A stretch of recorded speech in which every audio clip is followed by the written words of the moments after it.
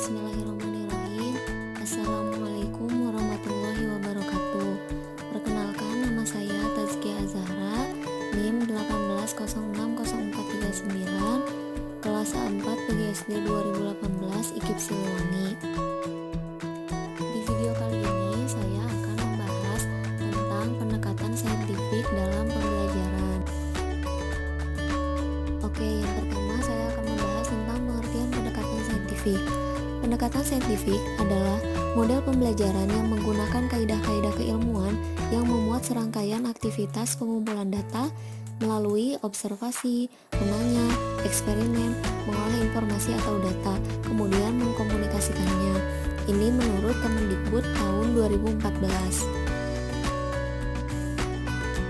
Oke, lanjut ke poin yang kedua, yaitu pengertian pembelajaran dalam pendekatan saintifik.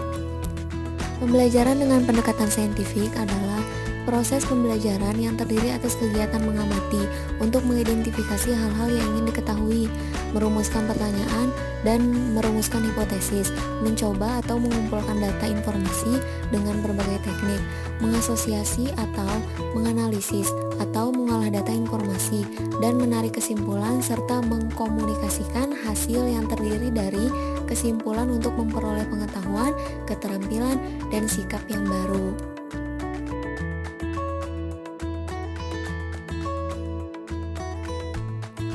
Lanjut ke poin yang ketiga, yaitu tujuan pendekatan saintifik. Tujuan pendekatan saintifik ini ada 6. Yang pertama yaitu meningkatkan kemampuan berpikir peserta didik. Yang kedua yaitu membentuk kemampuan dalam menyelesaikan masalah secara sistematik. Yang ketiga yaitu menciptakan kondisi pembelajaran supaya peserta didik merasa bahwa belajar merupakan suatu kebutuhan. Yang keempat yaitu melatih peserta didik dalam mengemukakan ide-ide. Yang kelima yaitu meningkatkan hasil belajar peserta didik. Yang keenam atau yang terakhir ini yaitu mengembangkan karakter peserta didik.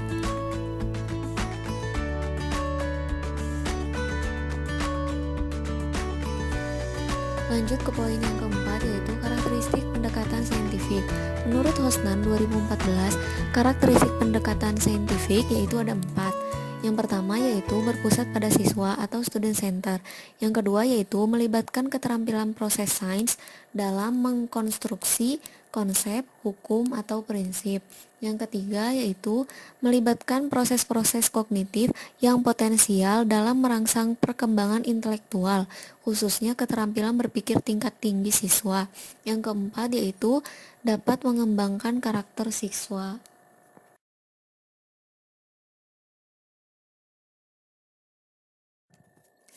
Lanjut ke prinsip pendekatan saintifik.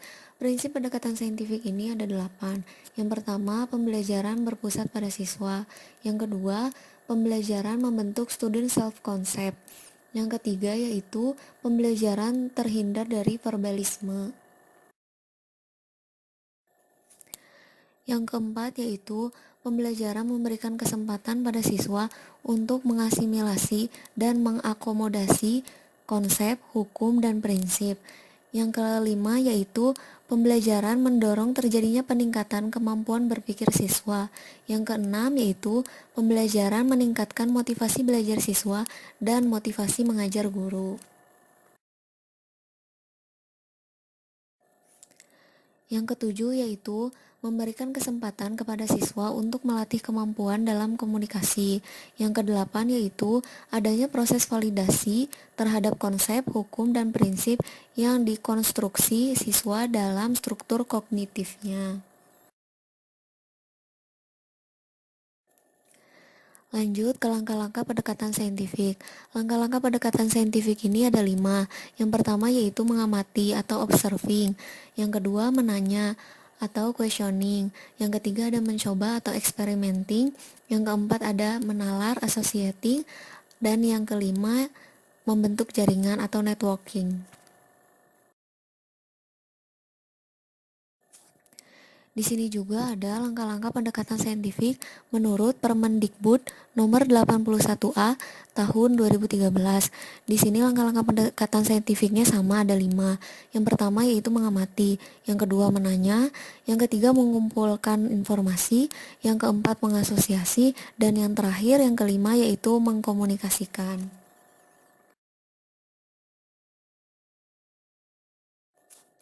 Oke, di sini saya akan menjelaskan satu persatu poin-poin yang ada dalam langkah-langkah pendekatan saintifik. Yang pertama yaitu mengamati. Di kegiatan belajarnya yaitu ada membaca, mendengar, menyimak, melihat tanpa atau dengan alat. Di kompetensi yang dikembangkannya yaitu melatih kesungguhan, ketelitian, dan mencari informasi.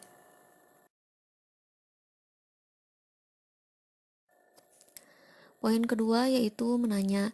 Di kegiatan belajarnya yaitu mengajukan pertanyaan tentang informasi yang tidak dipahami dari apa yang diamati, atau pertanyaan untuk mendapatkan informasi tambahan tentang apa yang diamati, dimulai dari pertanyaan faktual sampai ke pertanyaan yang bersifat hipotetik. Di kompetensi yang dikembangkannya yaitu mengembangkan kreativitas, rasa ingin tahu, kemampuan merumuskan pertanyaan untuk membentuk pikiran kritis yang perlu untuk hidup cerdas dan belajar sepanjang hayat.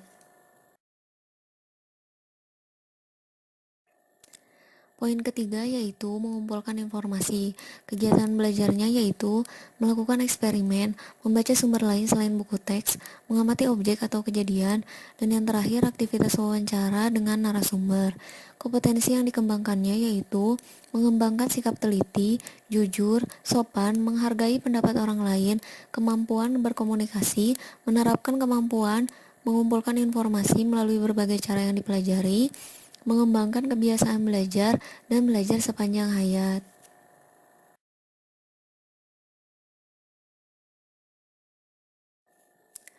Poin keempat yaitu mengasosiasi. Kegiatan belajarnya yaitu mengolah informasi yang sudah dikumpulkan, baik terbatas dari hasil kegiatan mengumpulkan atau eksperimen maupun hasil dari kegiatan mengamati dan kegiatan mengumpulkan informasi. Pengolahan informasi yang dikumpulkan dari yang bersifat menambah keluasan dan kedalaman sampai kepada pengolahan informasi yang bersifat mencari solusi dari berbagai sumber yang memiliki pendapat yang berbeda sampai kepada yang bertentangan. Kompetensi yang dikembangkannya yaitu mengembangkan sikap jujur, teliti, disiplin, taat aturan, kerja keras, kemampuan menerapkan prosedur, dan kemampuan berpikir induktif serta deduktif dalam menyimpulkan.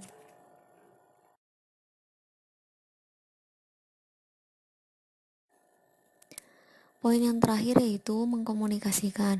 Kegiatan belajarnya adalah menyampaikan hasil pengamatan, kesimpulan berdasarkan hasil analisis secara lisan, tertulis, atau media lainnya. Kompetensi yang dikembangkannya yaitu mengembangkan sikap jujur, teliti, toleransi, kemampuan berpikir sistematis, mengungkapkan pendapat dengan singkat dan jelas, dan mengembangkan kemampuan berbahasa yang baik dan benar.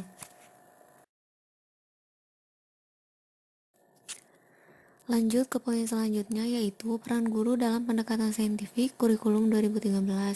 Di sini peran guru dalam pendekatan saintifik kurikulum 2013 itu ada 6. Yang pertama yaitu peran guru dalam tahap mengamati, yaitu membantu peserta didik menemukan atau mendaftar atau menginventarisasi apa saja yang ingin atau perlu diketahui sehingga dapat melakukan atau menciptakan sesuatu. Yang kedua yaitu peran guru dalam tahap menanya, yaitu membantu peserta didik merumuskan pertanyaan berdasarkan daftar hal-hal yang perlu atau ingin diketahui agar dapat melakukan atau menciptakan sesuatu. Yang ketiga yaitu peran guru dalam tahap mencoba atau mengumpulkan data informasi, yaitu membantu peserta didik merencanakan dan memperoleh data atau informasi untuk menjawab pertanyaan yang telah dirumuskan. Yang keempat yaitu peran guru dalam tahap mengasosiasikan atau menganalisis atau mengolah data informasi, yaitu membantu peserta didik mengolah atau menganalisis data atau informasi dan menarik kesimpulan. Yang kelima yaitu peran guru dalam tahap mengkomunikasikan, yaitu manajer, pemberi umpan balik, pemberi penguatan, pemberi informasi penjelasan, atau informasi lebih luas. Dan yang terakhir yaitu peran guru dalam tahap mencipta, yaitu memberi contoh atau gagasan, menyediakan pilihan, memberi dorongan, memberi penghargaan sebagai anggota yang terlibat langsung.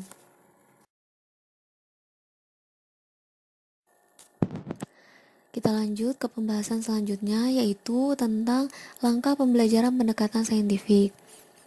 Dalam langkah pembelajaran ini tentunya ada kegiatan pendahuluan, kegiatan inti, dan kegiatan penutup. Di sini saya akan membahas tentang kegiatan pendahuluannya terlebih dahulu. Yang pertama yaitu kegiatan pendahuluan bertujuan untuk menciptakan suasana awal pembelajaran yang efektif yang memungkinkan siswa dapat mengikuti proses pembelajaran dengan baik. Dengan artian seorang guru harus menciptakan suasana pembelajaran yang baik agar siswa dapat mengikuti proses pembelajaran dengan baik juga. Sebagai contoh, ketika kita memulai pembelajaran, guru menyapa anak dengan nada bersemangat dan gembira seperti mengucapkan salam. Lalu, guru mengecek kehadiran para siswa dan menanyakan ketidakhadiran siswa apabila ada siswa yang tidak hadir.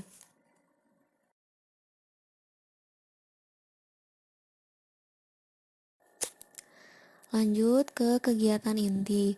Di kegiatan inti dalam pembelajaran adalah suatu proses pembentukan pengalaman dan kemampuan siswa secara terprogram yang dilaksanakan dalam durasi waktu tertentu. Dan biasanya ini dalam kegiatan inti ini durasi waktunya yaitu sekitar 45 menit. Kegiatan inti dalam metode saintifik ditunjukkan untuk terkonstruksinya konsep, hukum, atau prinsip oleh siswa dengan bantuan guru melalui langkah-langkah kegiatan yang diberikan di muka.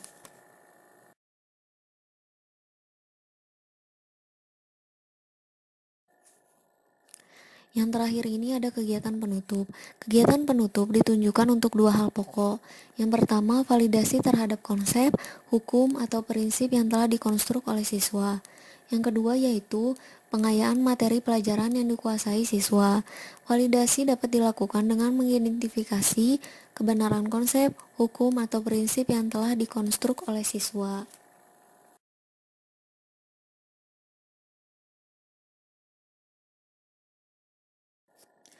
Oke, mari kita lanjut ke pembahasan selanjutnya, yaitu teknik penilaian dalam pembelajaran pendekatan saintifik. Dalam teknik penilaian ini ada 3, yaitu penilaian proses, penilaian produk, penilaian sikap. Oke, setelah tadi disebutkan mengenai teknik penilaian pendekatan saintifik, di sini saya akan menjelaskan mengenai penilaian prosesnya. Penilaian proses atau keterampilan dapat dilakukan melalui observasi siswa pada saat bekerja kelompok, lalu berdiskusi, lalu bekerja individu, juga presentasi dengan menggunakan lembar observasi kinerja.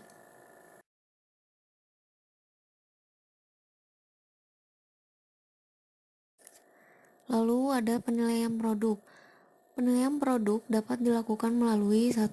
Pemahaman konsep, 2. Prinsip, yang ketiga hukum. Nah, ketiganya ini dapat dilakukan dengan cara tes tertulis.